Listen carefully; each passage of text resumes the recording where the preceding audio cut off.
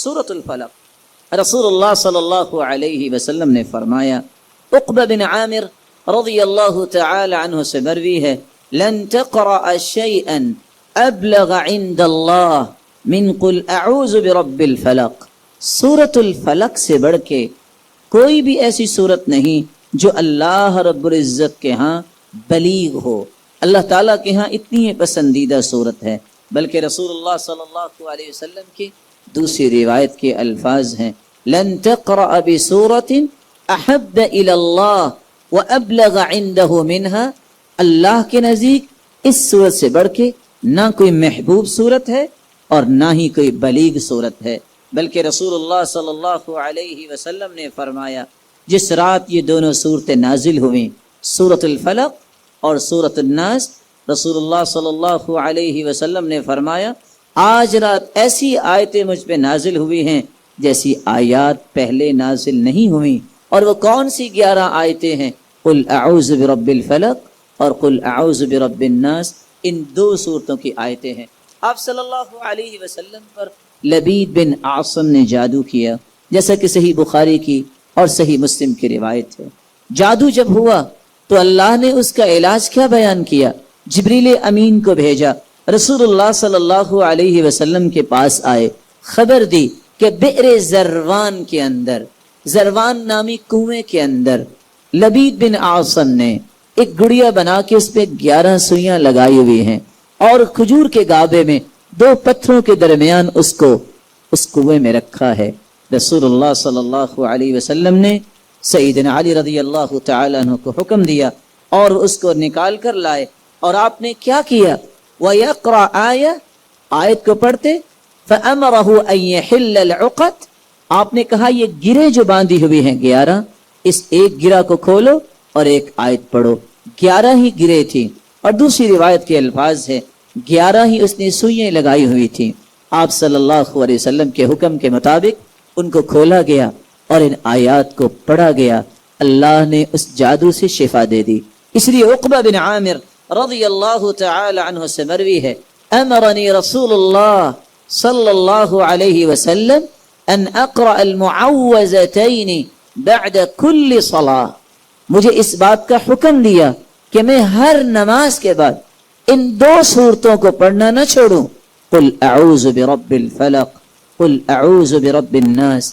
سیدہ عائشہ رضی اللہ تعالی عنہ روایت کرتی ہیں، کان اذا اشتکا، آپ جب بھی بیمار ہوتے، یقرأ علی نفسہ بالمعوذات، آپ ان 2 صورتوں کی تلاوت کرتے، اور وینفس، اور اپنے آپ کو دم کرتے۔ فلما اشتد وجعه، جب اللہ کے رسول صلی اللہ علیہ وسلم کی تکلیف زیادہ ہو گئی تو آپ نے کیا کیا؟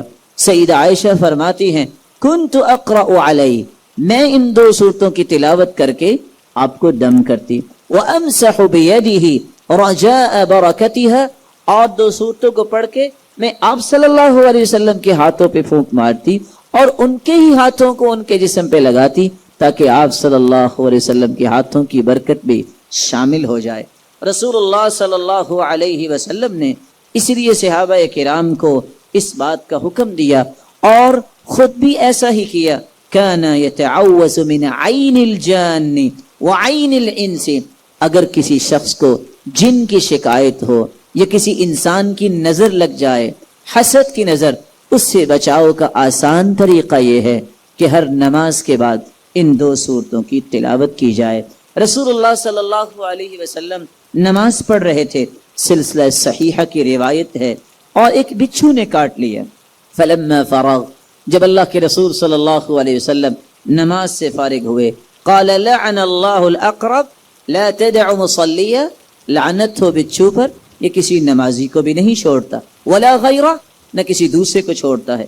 ثم دعا بماء وملح، پھر آپ نے پانی اور نمک کو منگوایا، وجعل يمسح عليها ويقرأ بقل يا أيها الكافرون وقل أعوذ برب الفلق وقل أعوذ برب الناس، اور آپ اس پانی کو وہاں لگا رہے تھے اور اس کے ساتھ ساتھ قل یا ایھا الکافرون قل اعوذ برب الفلق قل اعوذ برب الناس پڑھ کے دم کر رہے تھے۔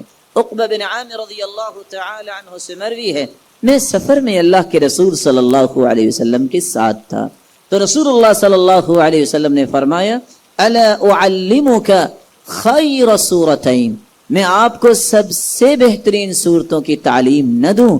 تو میں نے کہا کیوں نہیں رسول اللہ صلی اللہ علیہ وسلم؟ تو اللہ کے رسول صلی اللہ علیہ وسلم نے سورۃ الفلق اور سورۃ الناس کی مجھے تعلیم دی۔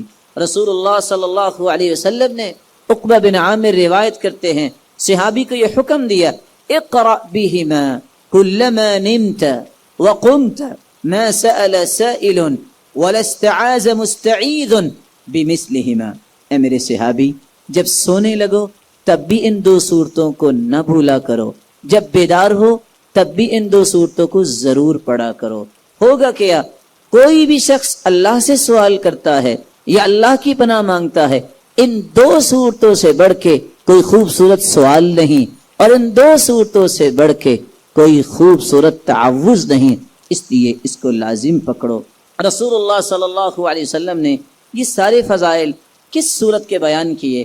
آئیے اس صورت کے مفہوم کی طرف۔